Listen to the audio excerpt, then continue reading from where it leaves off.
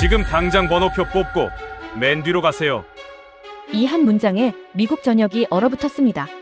단 하루, 미국 금융시장에서 일경 4천조 원이 증발했습니다. 뉴욕 증권거래소는 멈췄고 월스트리트의 거물들은 체면도 버린 채 서울행 비행기에 몸을 실었습니다. 불과 며칠 전까지만 해도 미국은 말했습니다. 한국 따위 덩치만 큰 하청 공장일 뿐이다. 그런데 지금 미국은 대기번호 450번을 쥔 채 삼성전자 본사 로비 찬 바닥에서 차례를 기다리고 있습니다. 관세 150%면 한국 따위 쥐락펴락할 수 있다던 나라가 왜 제발 한 번만 만나달라고 애원하게 된 걸까요?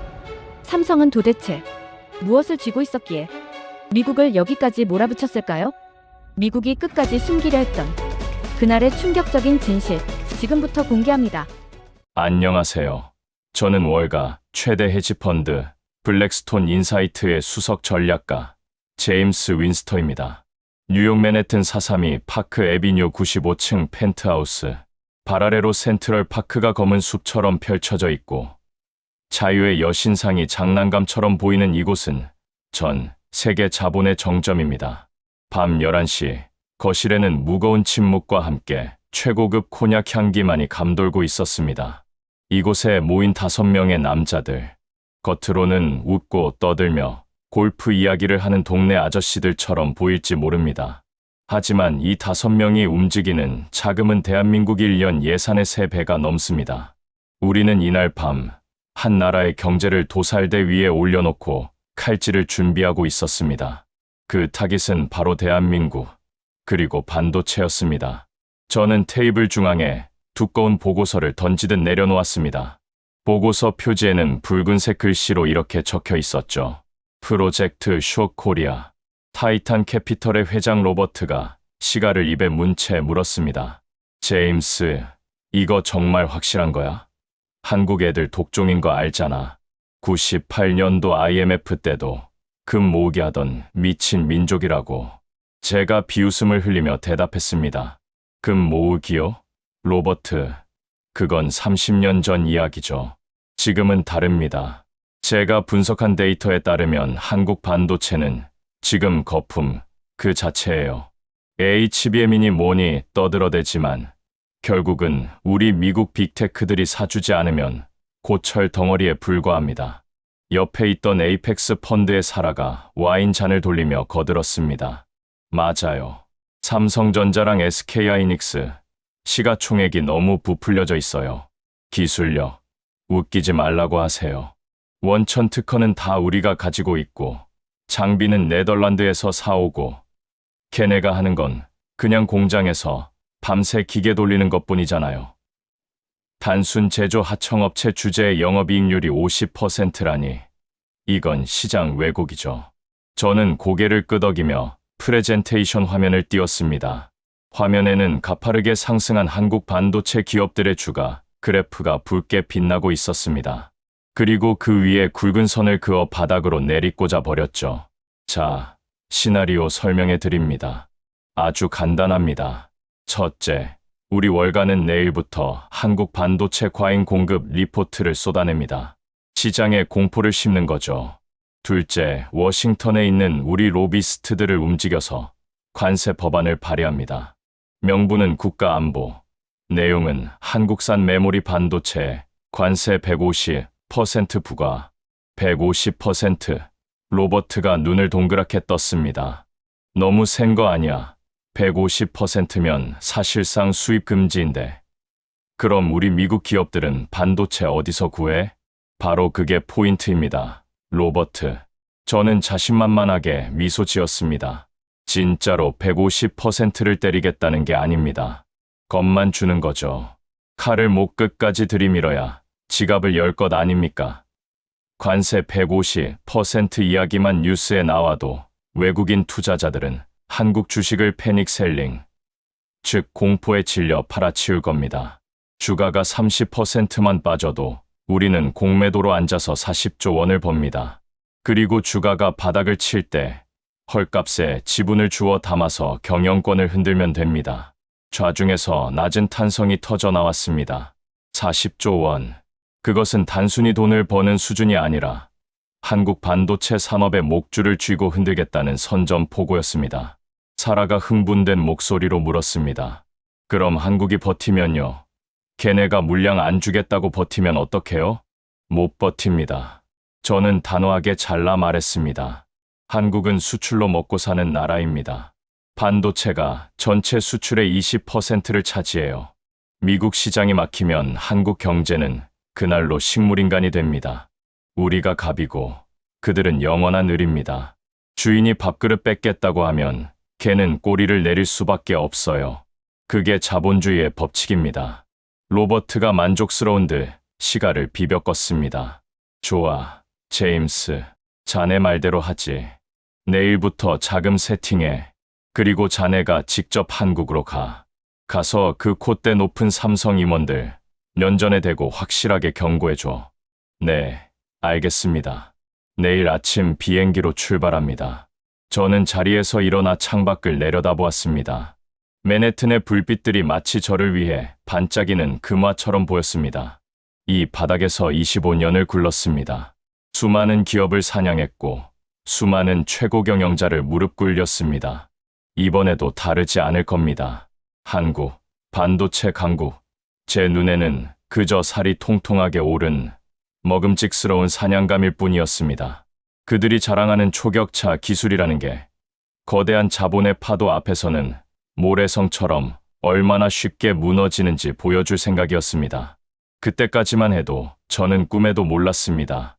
제가 지금 건드리는 것이 단순한 모래성이 아니라 전 세계 경제를 지탱하고 있는 거대한 댐이라는 사실을요.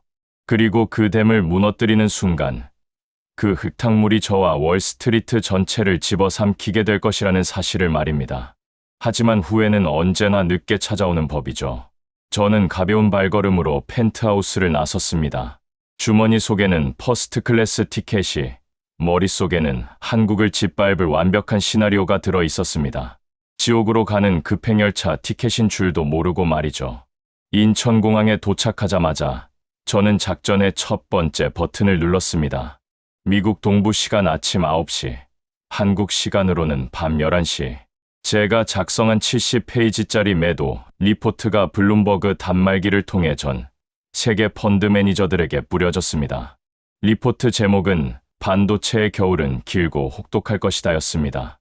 내용은 충격적이었습니다. 한국 반도체 재고가 위험 수위에 도달했다. 미국 정부의 관세 150% 부과가 임박했다. 삼성전자와 SK하이닉스의 적정 주가는 현재의 절반 수준이다.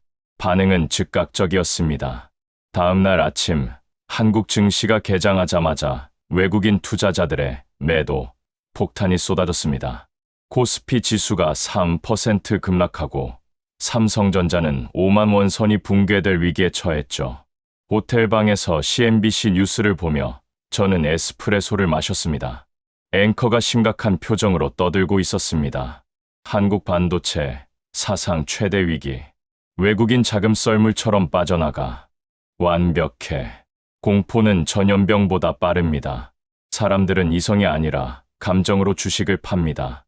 제가 원하던 그림이 그대로 그려지고 있었습니다. 오후 2시, 저는 서울 장충동에 있는 신라호텔 비즈니스 룸으로 향했습니다.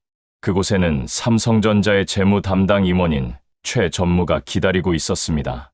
그는 저를 보자마자 굳은 표정으로 악수를 청했습니다. 50대 중반의 전형적인 한국 엘리트.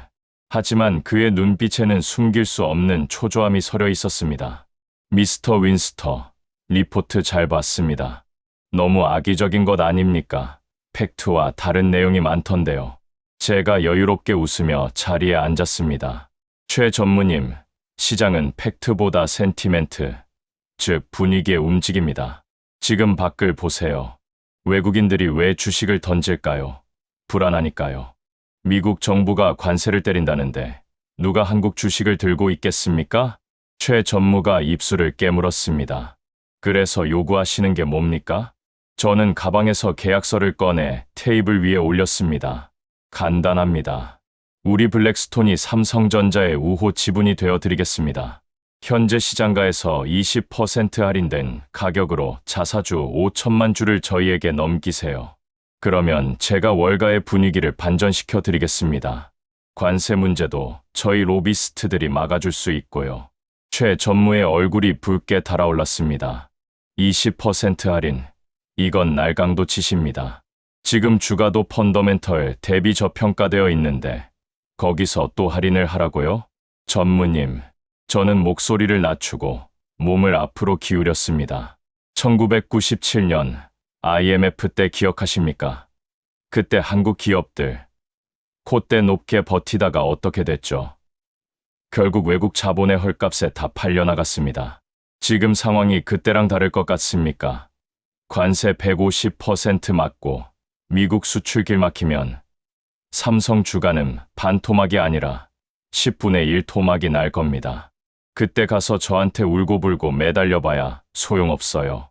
지금이 가장 비싸게 쳐주는 겁니다. 최 전무의 주먹이 부들부들 떨리는 게 보였습니다.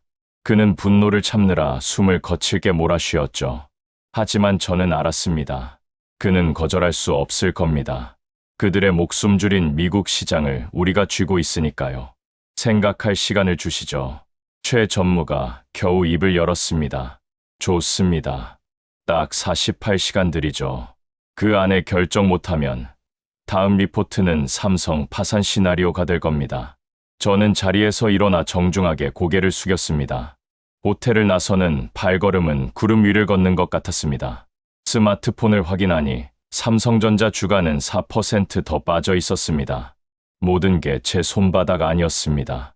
한국이라는 나라는 참 다루기 쉬웠습니다. 위기감만 조금 조성해주면 알아서 무너져 내리니까요. 오만한 생각이었죠. 하지만 그때는 몰랐습니다. 제가 던진 그 공포라는 부메랑이 훨씬 더 거대하고 날카로운 칼날이 되어 제 목을 겨누게 될 줄은. 호텔로 돌아오는 차 안에서 저는 뉴욕 본사로 전화를 걸었습니다. 로버트 나야. 상황 아주 좋아.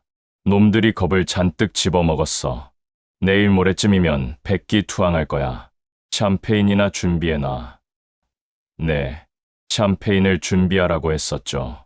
그 샴페인이 제 장례식 건배주가 될 줄은 꿈에도 모른 채 말입니다. 작전 개시 3일차. 뉴욕 맨해튼의 블랙스톤 트레이딩 룸은 아침부터 전쟁터였습니다. 하지만 그 전쟁은 제가 예상했던 그림과는 정반대로 흘러가고 있었습니다. 오전 9시 30분, 나스닥 개장 종소리가 울리자마자 트레이더들의 비명소리가 터져 나왔습니다. 제임스, 이거 뭔가 잘못됐습니다. 지수가 미친 듯이 빠지고 있어요. 수석 트레이더인 마이크가 다급하게 소리쳤습니다. 저는 커피잔을 내려놓고 모니터로 달려갔습니다. 화면이 온통 붉은색, 즉 하락을 의미하는 색으로 도배되어 있었습니다. 그런데 이상했습니다. 제가 공매도를 때린 삼성전자와 SK하이닉스가 떨어지는 건 당연했습니다. 문제는 미국 주식들이었습니다. 엔비디아 마이너스 8%, 마이크로소프트 마이너스 6%, 구글 마이너스 5%, 미국을 대표하는 빅테크 기업들이 동반 폭락하고 있었습니다. 빅스, 즉 공포 지수는 순식간에 30%나 치솟았습니다. 이게 무슨 일이야? 왜 엔비디아가 같이 떨어져? 제가 소리쳤습니다. 마이크가 창백한 얼굴로 블룸버그 단말기를 가리켰습니다. 뉴스 헤드라인이 눈에 들어왔습니다. 미국 빅테크, 한국산 메모리 공급 차질 우려의 패닉 바잉, 관세 150% 현실화 시 AI 서버 가동 전면 중단 위기. 이게 무슨 헛소리야. 제가 중얼거렸습니다. 관세를 때리면 한국 애들이 물건을 싸게라도 팔아야지. 왜 공급 차질이 생겨? 그때 전화벨이 울렸습니다. 실리콘밸리의 거물 투자자이자 제 오랜 친구인 데이비드였습니다. 야, 제임스, 너 지금 무슨 짓을 꾸미고 있는 거야? 데이비드가 다짜고짜 소리를 질렀습니다. 무슨 소리야, 데이비드. 난 그냥 한국 기업들 좀 손봐주고 있는데. 손봐줘? 내가 한국 반도체 죽이면 우리 실리콘밸리는 다 굶어 죽어. 지금 엔비디아 구매팀 난리 난 거 몰라. 삼성에서 물량 못 준다고 통보할 수도 있다는 소문이 돌고 있다고. 뭐, 삼성이 물량을 안 줘. 걔네가 미쳤어. 돈 벌어야 할 거 아니야. 돈이 문제가 아니잖아, 이 멍청아. 데이비드의 목소리가 떨리고 있었습니다. 지금 전 세계 HBM, 즉 고대 역폭 메모리의 90%를 한국이 만들고 있어. 마이크론, 걔네 수율 안 나와서 물량도 없어. 한국이 관세 때문에 수출 안 하겠다고 배짱 튀기면 엔비디아 GPU 생산 라인은 그 즉시 올스톱이야. GPU 없으면 마이크로소프트 데이터 센터도 멈추고 챗GPT도 먹통이 된다고. 내가 지금 건드린 건 단순한 부품 회사가 아니야. AI 산업의 산소 호흡기라고. 전화가 끊겼습니다. 저는 멍하니 수화기를 들고 서 있었습니다. 등줄기에 식은땀이 흘렀습니다. HBM 공급망 패권. 그 단어가 머릿속을 강타했습니다. 우리는 그동안 반도체를 그저 원유나 철광석 같은 원자재로만 생각했습니다. 돈 주면 언제든 어디서든 구할 수 있는 그런 흔한 물건으로요. 그래서 가격을 후려치고 관세로 협박하면 굴복할 줄 알았습니다. 하지만 실상은 달랐습니다. 대체제가 없었습니다. 한국이 수도꼭지를 잠그면 미국의 거대 IT 제국들이 목말라 죽는 구조였습니다. 제임스, 엔비디아 추가 하락합니다. 마이너스 12% 돌파. 마이크가 비명을 질렀습니다. 우리 펀드 포트폴리오도 박살나고 있어요. 롱 포지션 잡은 빅테크 주식들이 빠지면서 손실이 눈덩이처럼 불어나고 있습니다. 10분 만에 2천억 원이 증발했습니다. 손이 떨리기 시작했습니다. 한국 반도체 주가를 떨어뜨려서 40조 원을 벌려고 했는데 정작 우리가 보유한 미국 주식에서 수조 원이 빠져나가고 있었습니다. 이건 자폭이었습니다. 제가 쏜 미사일이 유턴해서 제 심장을 향해 날아오고 있는 꼴이었죠. 침착해, 침착하자. 저는 스스로를 다독였습니다. 이건 그냥 일시적인 패닉이야. 한국 애들이 정말로 물량을 끊을 리가 없어. 걔네 기술력이 그 정도는 아니잖아. 마이크론이 금방 따라잡을 수 있을 거야. 그래, 이건 과장된 공포야. 저는 다시 최 전무에게 전화를 걸었습니다. 확인해야 했습니다. 그들이 정말 배짱을 튀길 수 있는 상황인지 아니면 허세를 부리는 건지. 하지만 신호음만 길게 이어질 뿐 최 전무는 전화를 받지 않았습니다. 불길한 예감이 엄습했습니다. 그리고 잠시 후 제 메일함으로 낯선 아이디의 이메일이 하나 도착했습니다. 제목은 진실을 마주할 준비가 되었는가? 첨부 파일에는 제가 상상조차 못했던 데이터들이 들어 있었습니다. 그 데이터를 본 순간 저는 알았습니다. 이 싸움은 애초에 이길 수 없는 싸움이었다는 것을요.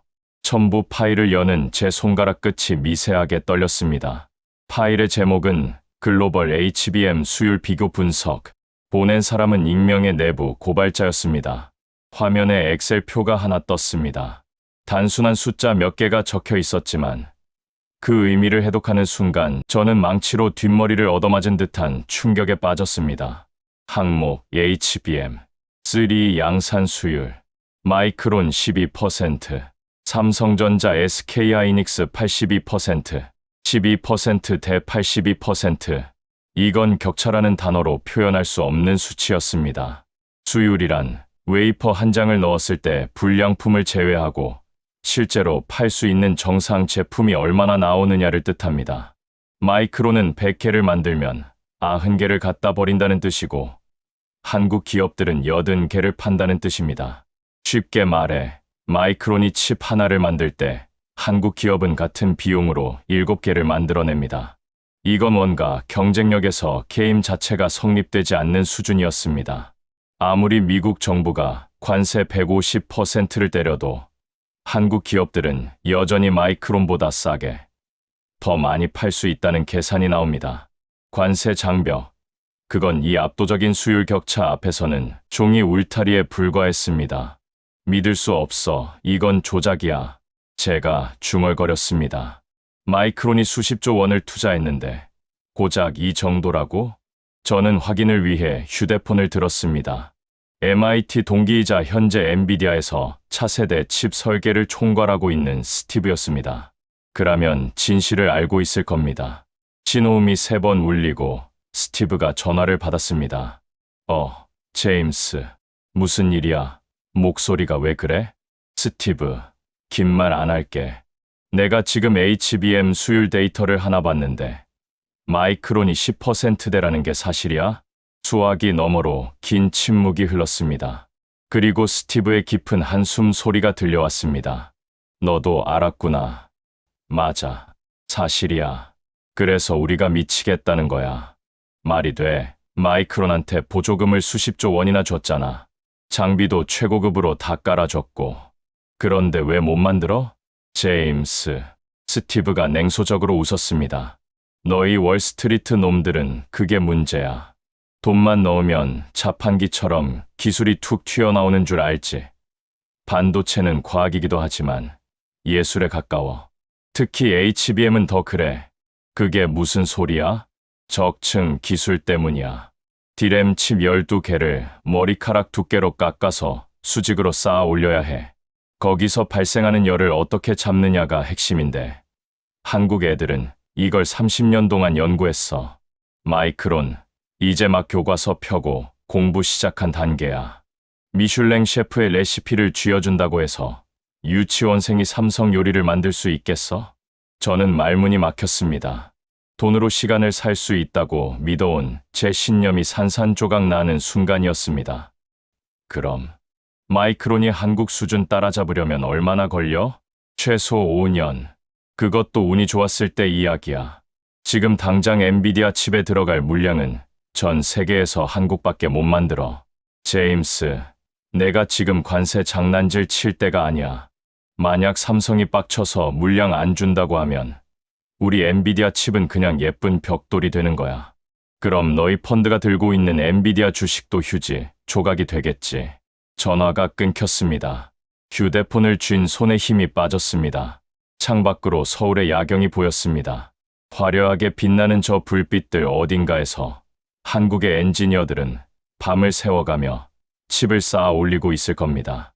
우리가 돈 노름이나 하고 있을 때 그들은 물리적 한계와 싸우며 아무도 넘볼 수 없는 성벽을 쌓고 있었던 겁니다. 수율의 벽, 그것은 미국 대통령의 행정명령으로도 월스트리트의 천문학적인 자본으로도 뚫을 수 없는 강철 방어막이었습니다. 저는 그제야 제가 무슨 짓을 저질렀는지 깨달았습니다. 잠자는 사자의 코털을 건드린 게 아니었습니다. 사막 한가운데서 유일한 오아시스를 독점하고 있는 주인의 물통에 독을 타겠다고 협박한 꼴이었습니다. 물이 없으면 죽는 건 우리인데 말이죠. 그때 호텔 방문이 거칠게 두드려졌습니다. 쾅쾅쾅. 문을 열자 수행비서인 케빈이 창백한 얼굴로 서 있었습니다.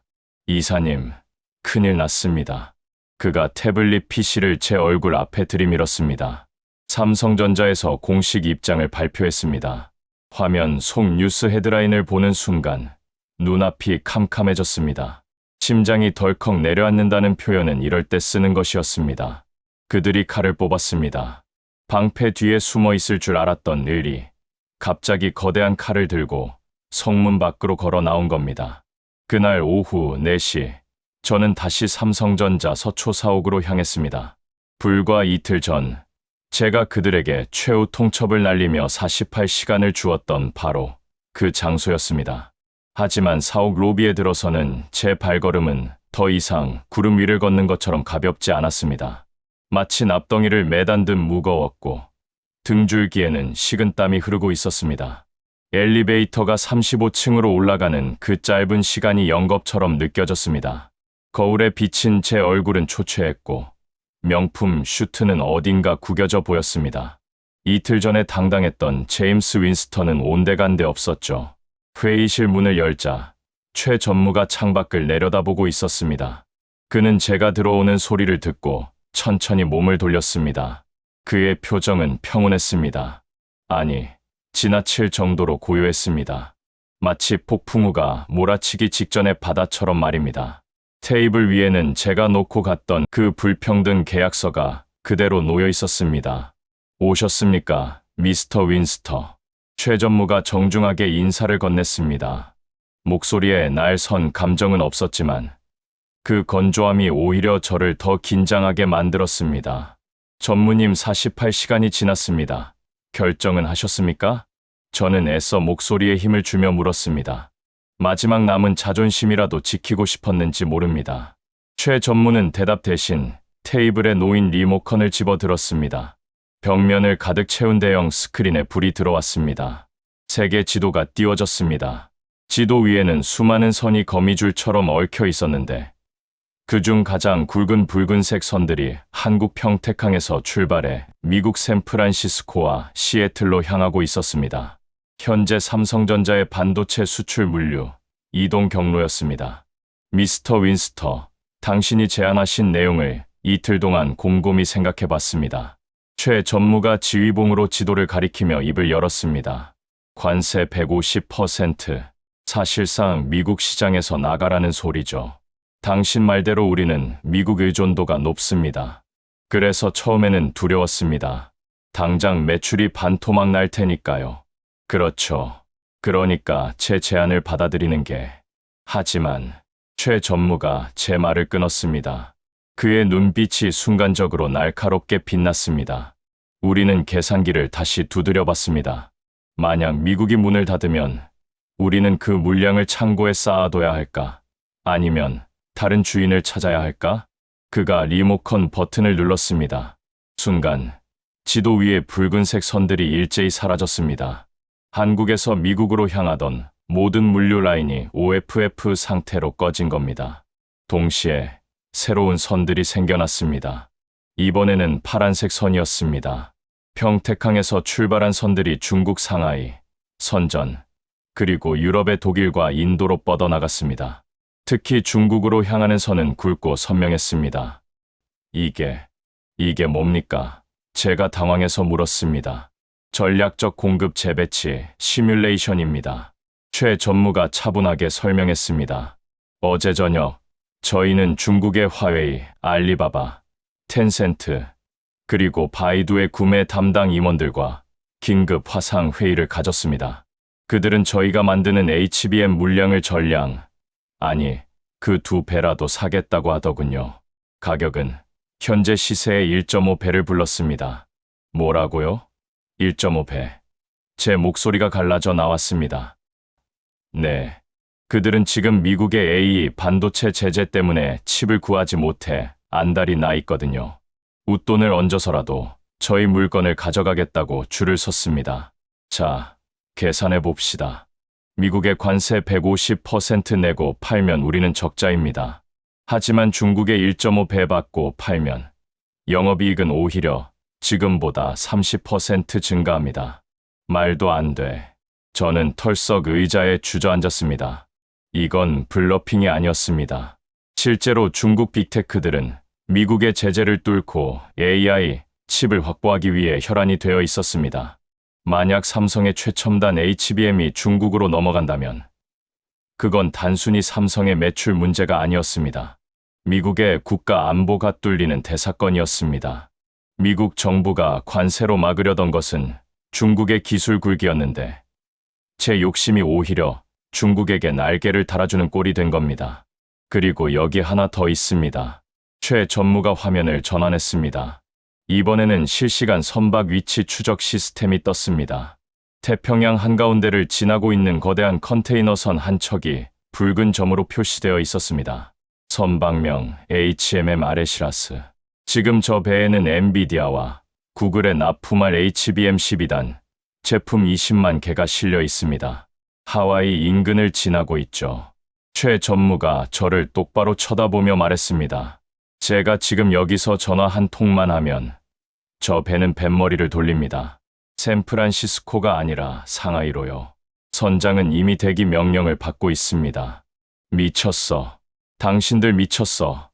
그건 계약 위반이야. 국제소송감이라고. 제가 소리쳤습니다. 소송하십시오.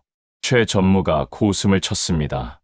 소송 판결 나오는데 몇 년 걸립니다. 그동안 엔비디아 공장은 멈출 거고 구글 서버는 다운되겠죠. 미국 AI 산업은 암흑기로 들어갈 겁니다. 위약금까짓 중국한테 받은 돈으로 물어주면 그만입니다. 우리는 잃을 게 없어요. 잃는 건 당신들 미국이지. 숨이 턱 막혔습니다. 완벽한 역습이었습니다. 우리는 우리가 유일한 구매자, 즉 갑이라고 착각했습니다. 하지만 공급이 부족한 시장에서는 물건을 쥔 놈이 왕입니다. 삼성은 그걸 알고 있었고 그 힘을 잔인할 정도로 냉정하게 사용하고 있었습니다. 그들이 가진 무기는 미사일도 핵폭탄도 아니었습니다. 바로 대체 불가능성이라는 침묵의 카르텔이었습니다. 중국, 유럽, 인도, 전 세계가 한국산 반도체를 원하고 있었고 미국이 걷어차는 순간 그들은 환호성을 지르며 그 물량을 받아 갈 준비가 되어 있었던 겁니다. 최 전무가 시계를 보았습니다. 미스터 윈스터, 이제 당신에게 시간을 드리죠. 그가 제 앞에 놓인 계약서를 집어 쓰레기통에 쳐박았습니다. 똑같이 48시간 드리겠습니다. 워싱턴으로 돌아가서 그 관세 법안 당장 철회시키세요. 그리고 블랙스톤이 보유한 언론사들 동원해서 한국 반도체 매수 리포트 뿌리세요. 만약 못하면요? 못하면 최 전무가 빙긋 웃었습니다. 그 웃음이 악마처럼 보였습니다. 저 배는 오늘 밤 상하이로 갑니다. 그리고 내일 아침 뉴스 헤드라인은 이렇게 뜨겠죠. 삼성전자, 미국 수출 전면 중단 선언, 중국과 전략적 파트너십 체결. 상상만 해도 끔찍했습니다. 그 뉴스가 뜨는 순간 나스닥은 붕괴될 겁니다. 제 펀드는 파산하고 저는 월스트리트에서 매장당할 겁니다. 아니, 매장당하는 걸로 끝나면 다행이죠. 성난 투자자들에게 맞아 죽을지도 모릅니다. 알겠습니다. 저는 덜덜 떨리는 손으로 휴대폰을 꺼냈습니다. 지금 바로 조치하겠습니다. 제발, 저 배는 돌리지 말아주세요. 현명한 선택이십니다. 최 전무가 자리에서 일어나며 말했습니다. 그리고 하나 더. 네, 다음번에 오실 때는. 그가 제 가슴팍에 꽂힌 행커치프를 매만지며 나지막이 속삭였습니다. 예약하고 오세요. 번호표 뽑고. 요즘 손님이 좀 많아서요. 저는 도망치듯 회의실을 빠져나왔습니다. 다리가 풀려 몇 번이나 휘청거렸습니다. 엘리베이터 안에서 저는 거울 속에 제 자신을 보았습니다. 세계 금융을 주무르던 월스트리트의 저승사자는 어디 가고 겁에 질린 패잔병 한 명만이 서 있었습니다. 휴대폰을 들어 로버트 회장에게 전화를 걸었습니다. 손가락이 말을 듣지 않아 번호를 3번이나 틀렸습니다. 로버트, 나야. 제 목소리는 울먹이고 있었습니다. 작전 취소해. 당장 취소해야 해. 우리가 졌어. 아니, 우리가 죽게 생겼어. 그냥 가주세요. 제발요. 웃돈 드릴게요. 택시가 출발했습니다. 차창 밖으로 스쳐 지나가는 서울의 풍경이 어제와는 다르게 보였습니다. 한강의 기적. 누군가는 운이 좋았다고 폄하했고 누군가는 개발 독재의 산물이라고 비판했습니다. 하지만 지금 제가 목격하고 있는 것은 운도, 정치도 아니었습니다. 그것은 지난 50년간 남들이 잠잘 때 깨어 있었고 남들이 포기할 때 도전했던 사람들이 만들어낸 실력이었습니다. 아무도 넘볼 수 없는 압도적인 실력. 그 실력 앞에서 자본주의의 정점이라 불리는 월스트리트가 무릎을 꿇고 있었습니다. 전화기 너머로 로버트의 고함 소리가 들렸지만 제 귀에는 아무것도 들어오지 않았습니다.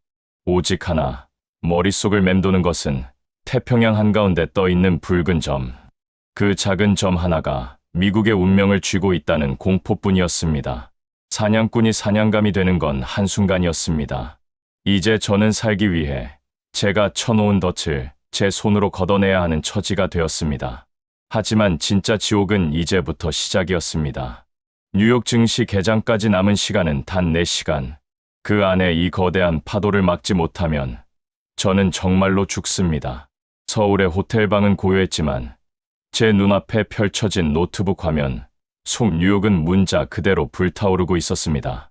미국 동부 표준시 오전 9시 30분, 뉴욕 증권거래소의 개장 종소리가 울렸습니다.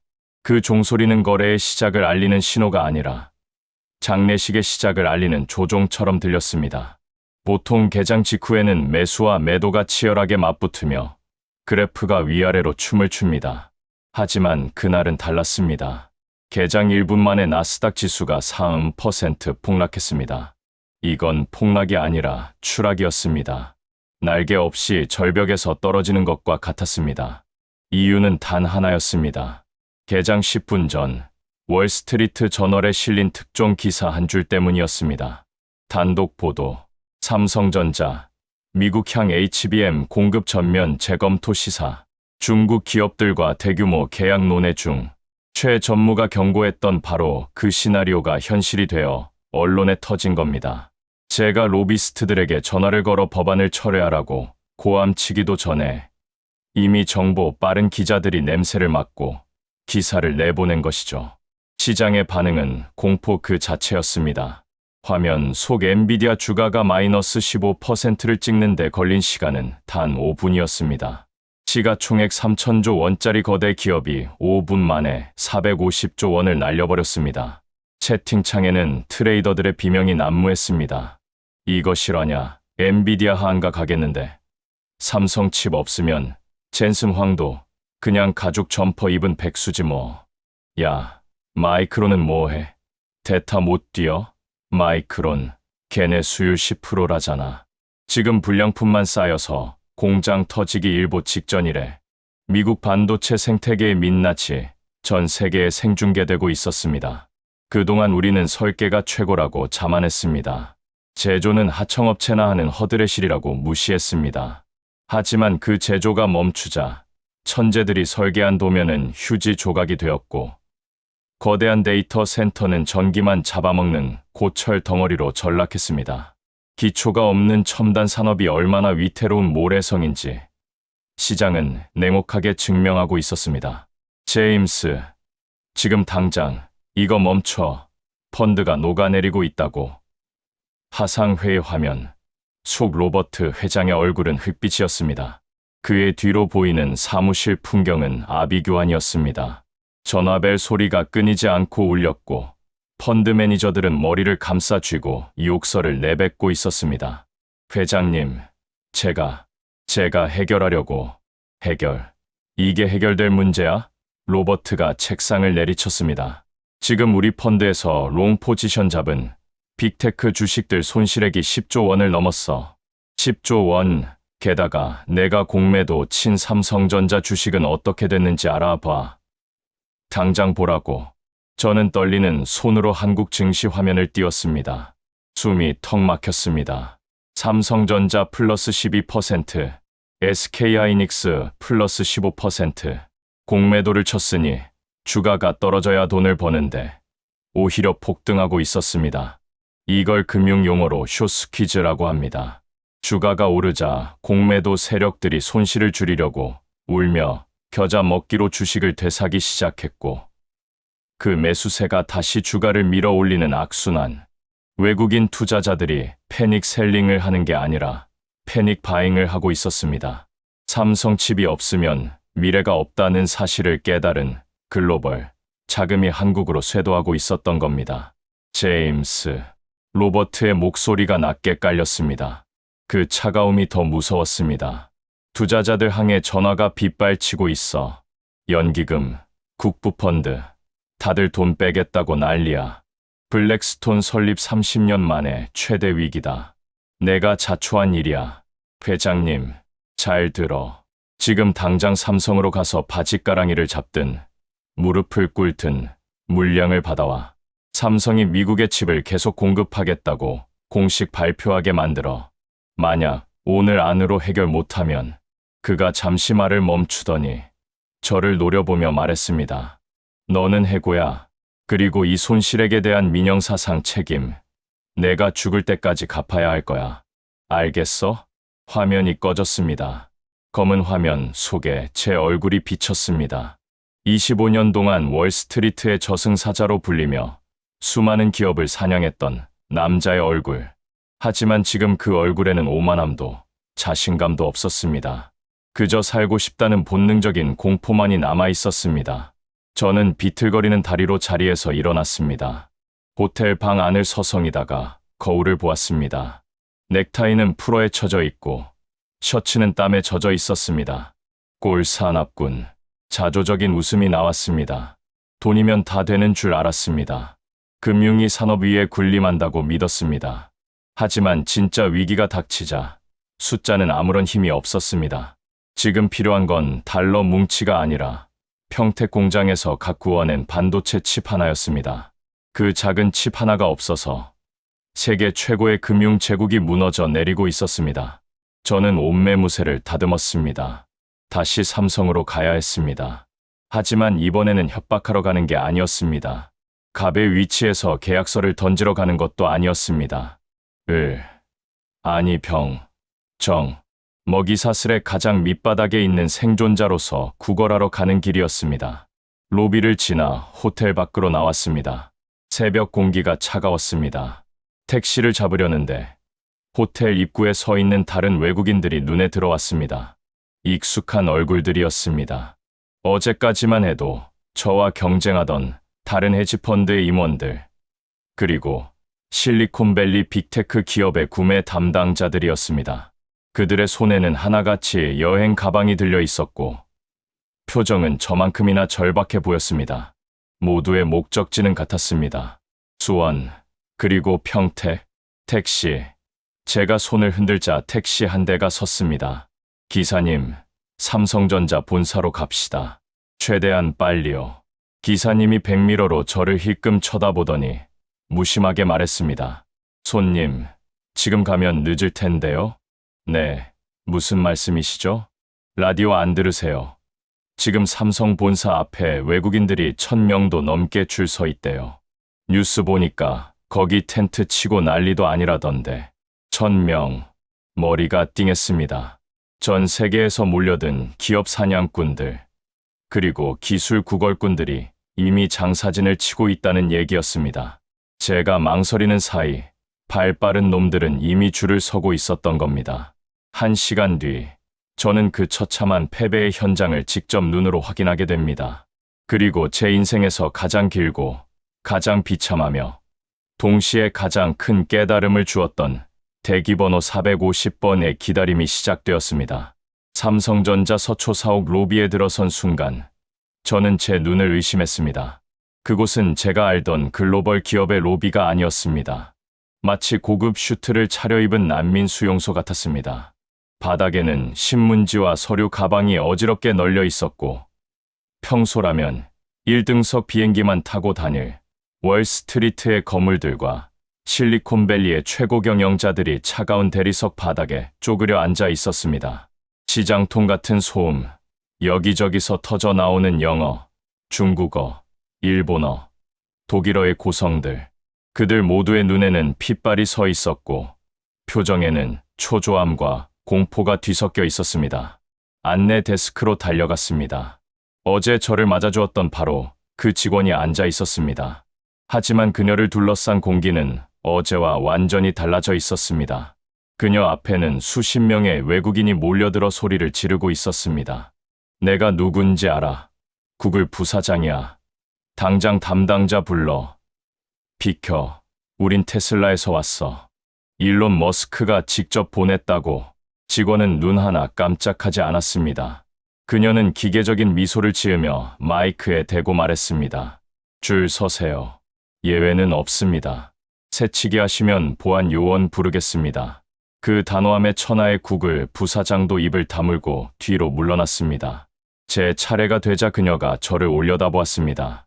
눈빛에 묘한 기시감이 스쳤습니다. 어제 오셨던 분이네요. 예약하고 오라고 말씀드렸는데. 네, 그게 급한 사정이 생겨서요. 제발 최 전무님 좀 뵙게 해주세요. 1분이면 됩니다. 직원은 고개를 저으며 작은 기계에서 종이 한 장을 뽑아 제게 건넸습니다. 은행에서나 보던 대기표였습니다. 종이에 적힌 숫자를 보는 순간 저는 현기증을 느꼈습니다. 대기번호 450번, 현재 대기 인수 449명. 450번이요? 네, 앞에 계신 분들 다 기다리고 계세요.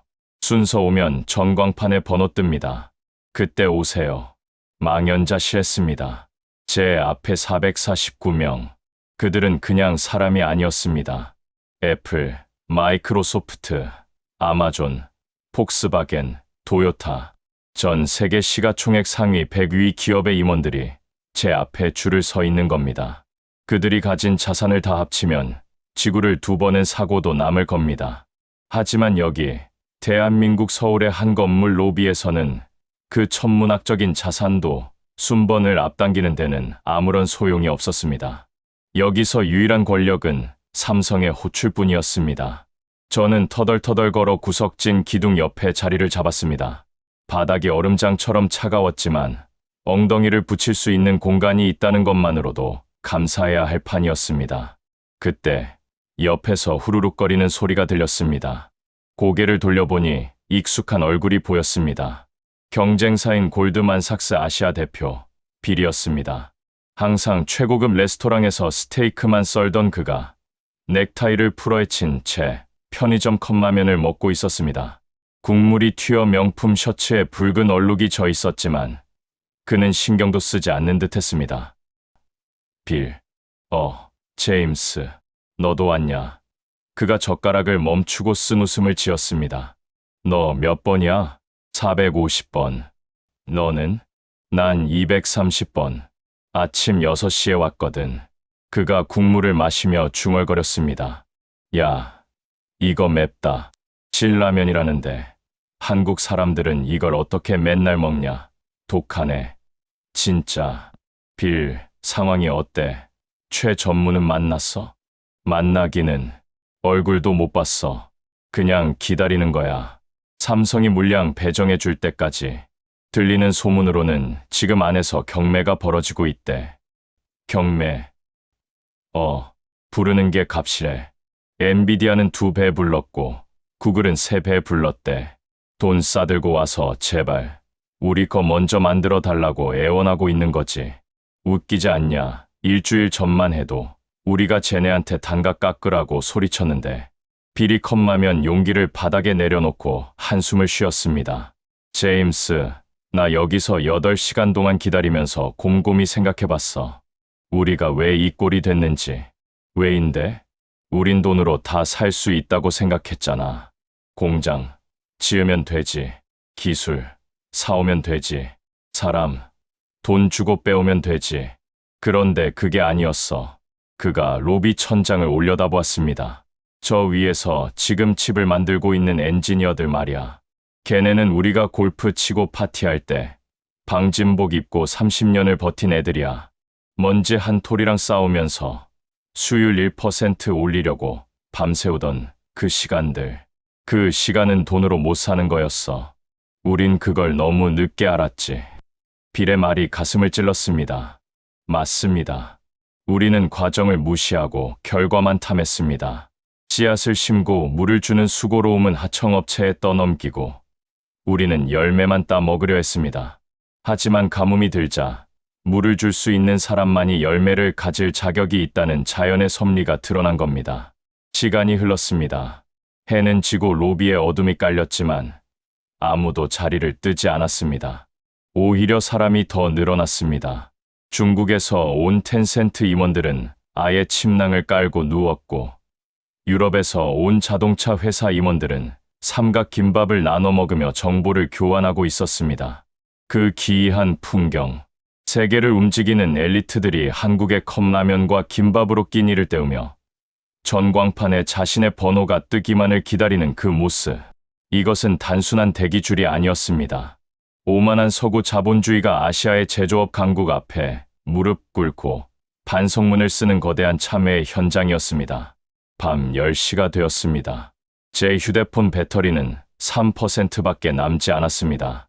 로버트 회장의 부재중 전화가 50통 넘게 와 있었지만 저는 무시했습니다.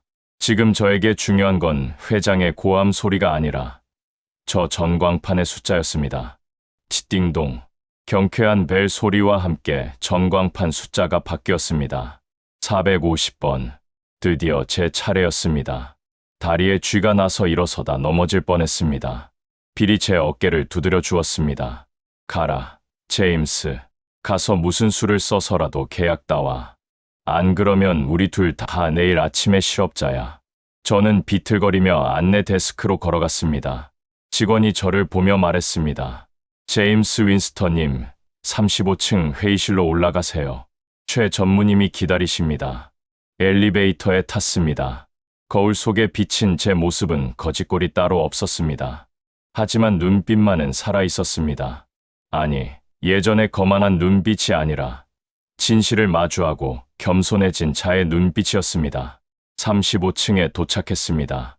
복도는 고요했습니다. 회의실 문 앞에서 심호흡을 했습니다. 이 문을 열면 저는 다시 최 전무를 만납니다. 이틀 전 제가 협박했던 그 사람, 이제는 제가 살려달라고 빌어야 할 그 사람. 문을 열었습니다. 최 전무는 여전히 창가에 서 있었습니다. 그는 저를 보고 희미하게 미소 지었습니다. 그 미소에는 승자의 오만함 대신 깊은 피로감과 연민이 섞여 있었습니다. 오래 기다리셨습니다. 미스터 윈스터. 컵라면은 입에 맞으시던가요? 그 한마디에 저는 무너져 내렸습니다. 눈물이 핑 돌았습니다. 저는 천천히 걸어가 그의 앞에 섰습니다. 그리고 주머니에서 꼬깃꼬깃해진 제 명함을 꺼내는 대신 고개를 깊이 숙였습니다. 죄송합니다, 전무님. 제가 틀렸습니다. 그것은 패배 선언이 아니었습니다. 진정한 실력에 대한 뒤늦은 존경의 표시였습니다. 그리고 그 순간 저는 비로소 월스트리트라는 좁은 우물에서 벗어나 진짜 세상을 보게 되었습니다. 저는 고개를 숙인 채 처분을 기다리는 죄인처럼 서 있었습니다. 최 전무가 천천히 제 앞으로 걸어왔습니다. 그의 구두 굽소리가 제 심장을 짓누르는 것 같았습니다. 그가 제 앞에 멈춰 섰습니다. 그리고 불쑥 무언가를 내밀었습니다. 계약서, 아니면 손해배상 청구서. 놀랍게도 그것은 종이컵이었습니다. 김이 모락모락 나는 한국의 자판기 믹스 커피였습니다. 드세요. 밤새 기다리느라 추웠을 텐데. 저는 떨리는 손으로 종이컵을 받아들었습니다. 따뜻한 온기가 손바닥을 타고 전해져 왔습니다. 한 모금 마시자 달콤하고 씁쓸한 맛이 얼어붙은 몸을 녹여주었습니다. 눈물이 왈칵 쏟아질 것 같아 입술을 깨물었습니다. 미스터 윈스터, 앉으시죠. 최 전무가 맞은편 의자를 권했습니다. 저희는 당신네 펀드를 파산시킬 생각이 없습니다. 미국 빅테크들을 굶겨 죽일 생각도 없고요. 네, 하지만 저희가 한 짓이 있는데. 맞습니다. 당신들은 저희를 죽이려 했죠.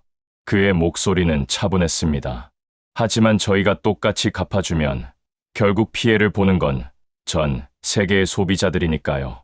우리는 장사꾼이지 전쟁광이 아닙니다. 상생, 그게 삼성의 철학입니다. 그가 서류 한 장을 테이블 위로 밀었습니다. HBM 장기 공급 및 기술 협력 계약서. 단가 인상률은 20%. 제가 각오했던 2배, 3배의 바가지 요금은 없었습니다. 오히려 합리적인 수준이었습니다. 다만 특약 조항이 하나 붙어 있었습니다. 제3조, 파트너십 존중. 향후 어떠한 경우에도 금융 논리로 기술 개발을 방해하거나 부당한 압력을 행사하지 않는다. 이거면 되겠습니까? 최 전무가 물었습니다. 전무님, 정말 이 조건으로 계약해 주시는 겁니까? 네, 대신 약속 하나만 해주시죠. 그가 제 눈을 똑바로 응시했습니다. 앞으로는 한국을 돈으로 보지 마세요. 땀으로 봐주세요. 땀이요? 네. 이 칩 하나에 들어간 엔지니어들의 30년치 땀방울 말입니다. 당신들의 달러가 아무리 위대해도 그 땀방울 하나를 이길 수는 없습니다. 그걸 인정해 주시면 됩니다. 저는 자리에서 일어나 90도로 허리를 숙였습니다. 감사합니다. 정말 감사합니다. 그리고 뼈저리게 명심하겠습니다. 계약서에 서명하는 제 손은 더 이상 떨리지 않았습니다. 그것은 단순한 비즈니스 계약이 아니었습니다. 자본이 기술 앞에, 돈이 사람 앞에 항복 문서를 바치는 역사적인 순간이었습니다. 다음 날, 저는 뉴욕으로 돌아가는 비행기 안에서 마지막 보고서를 작성했습니다. 노트북 화면에는 제가 일주일 전에 썼던 쇼코리아 항공 매도 보고서가 띄워져 있었습니다. 저는 주저없이 삭제 버튼을 눌렀습니다. 그리고 새로운 문서를 열었습니다. 제목 왜 한국인가? 자본을 압도하는 침묵의 거인들. 보고서의 마지막 문단을 쓰면서 저는 창밖을 바라보았습니다. 태평양 상공, 까마득한 아래로 푸른 바다가 펼쳐져 있었습니다. 투자자 여러분, 우리는 틀렸습니다. 우리는 그동안 화려한 프레젠테이션과 현란한 금융 기법에만 취해 있었습니다. 하지만 진짜 가치는 월스트리트의 마천루가 아니라 한국 평택의 반도체 라인에서 만들어지고 있었습니다. 그들은 우리가 잠들 때 깨어 있었고, 우리가 샴페인을 터뜨릴 때 믹스 커피를 마시며 밤을 새웠습니다. 그 무식할 정도의 성실함과 끈기, 그것이 바로 한국이 가진 진짜 비장의 무기였습니다. 나는 오늘부로 한국 반도체에 대한 투자 의견을 매수를 넘어 존경으로 상향 조정합니다. 이 주식은 팔지 마십시오. 그들이 흘린 땀의 가치는 주가 차트 따위로는 측정할 수 없으니까요. 뉴욕에 도착하자마자 저는 이 보고서를 전체 공개로 배포했습니다. 월가는 발칵 뒤집혔습니다. 저승사자가 회개했다. 제임스가 한국에 매수되었다는 비아냥도 들렸습니다. 하지만 저는 신경 쓰지 않았습니다.